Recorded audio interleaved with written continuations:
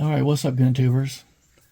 Back with another review. This one's going to be on the Tisas Stalker DS. This is the double stack version. It is in 9mm, 2011 style, 1911 double stack. So I've got three of the Stalkers now. The Gen 3 PX9, excellent firearm. I've already done a review on that one. And of course the 1911 version. I've done a review on this one too. This one they just issued a recall on some of their 1911s. They weren't specific on what the issue actually was caused by. They just said that you could have hammer follow when you're racking the slide to chamber around. The hammer could follow the slide and could discharge possibly. So I went ahead and sent it back, and they had it about a month, and they sent it back with an extra magazine, which was good. I had already replaced the trigger on mine with that skeleton trigger, and it comes to find out that's the only thing they replaced was just the trigger itself. I put the factory trigger back in it before I sent it back for recall, and they have put a new factory trigger in it. That was it. All the other internal parts, I believe, are the same. I didn't see anything different. They still, look like they had been fired. The trigger itself is brand new. You can tell it's never been pulled back. So I had already changed the trigger, so I probably really didn't even need to send it back because mine was functioning fine. I didn't see any signs or any indication that it would hammer follow. But anyway, I did send it back. They sent it back to me with a new trigger. That was it.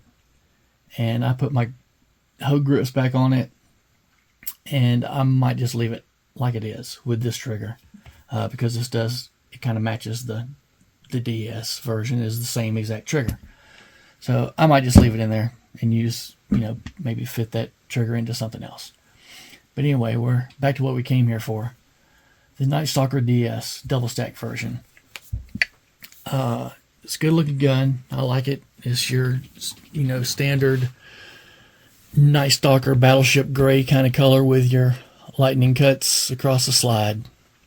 It looks very similar to the others as far as the styling goes. The only thing I don't really like about it is I wish it had somehow, if they could have some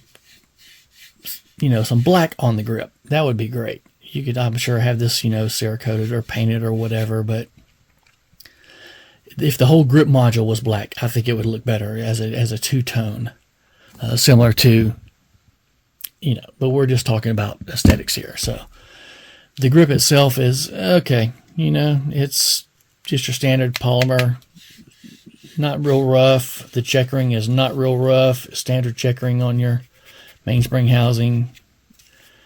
So it's comfortable in the hand. Don't tear your hand up. Don't eat your hand up. I'm sure on a hot, sweaty day, this one may not be the grippiest, but it's a good grip. Feels okay in the hand. You got a little undercut under the trigger guards here. A little bit of checkering on the front of the trigger guard. Of course, comes with a rail and a threaded barrel. Came with a threaded barrel. I put an EPS carry on it, which I think is a great match for this firearm. Fits on there great. The co-witness is very good. The EPS carry optic does come with a plate here. I did use the plate because with the plate I can use the screws that Holosun provided. One of the sets of screws that they provide with the optic does work with the plate. If you don't use the plate, then you'll have to file the bottoms of these screws off just a little bit for them to be able, so they don't bottom out when you try to tighten it down. If the optic's directly on the slide, they will bottom out before they tighten the optic down. But with the plate, the screws work fine and it tightens down good. And it elevates the optic just a touch, which I think is good because, my feelings wouldn't be hurt if it was a little higher than it is, to get that co-witness down at the very bottom of the window. That's where I like it, right down there. But it's still good. You still have, window to use when you turn your dot on here.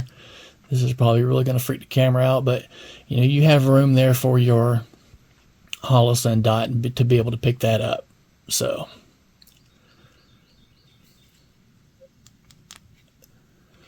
but it works good. The optic works excellent on there like that.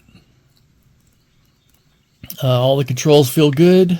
The safety, ambidextrous, works good. All the controls are real good. Trigger is excellent. It's not the best trigger I've ever felt in my life, but it is a good trigger. It's hard to mess up a 1911, 2011 style trigger. It's got a good trigger. Probably 4 pounds. 4.5 maybe.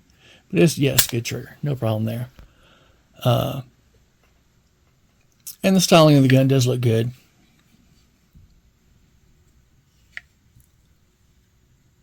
I really have no complaints. Shot real good with 124s and 147 grain ammo, suppressed and unsuppressed. It shot perfect. No problems. Oh, I'll take that back. We did have one stovepipe, and that was early on, and it happened with my wife, and I think she was lip resting it just a touch. She wasn't holding it really tight, and it did that. Did not do it again. It never did it with me. Shot 100% with me. When my wife shoots, she's notorious. If you want to know if a gun will malfunction, hand it to my wife. She can get it to do it. Never fails.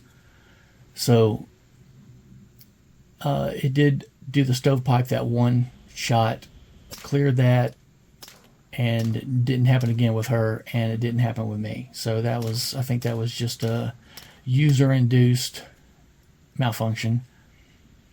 But it did very good with the suppressor. I was very pleased with the way it shot.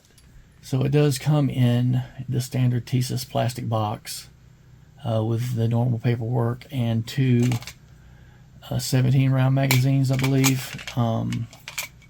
And they are 2011 type magazines, standard 2011 magazines. So that's good. I would definitely recommend it. It's about $1,000, I think, maybe a little less. Can't remember what I paid for it, but seems to be a solid firearm. Would definitely recommend it. And we'll see you in the next one.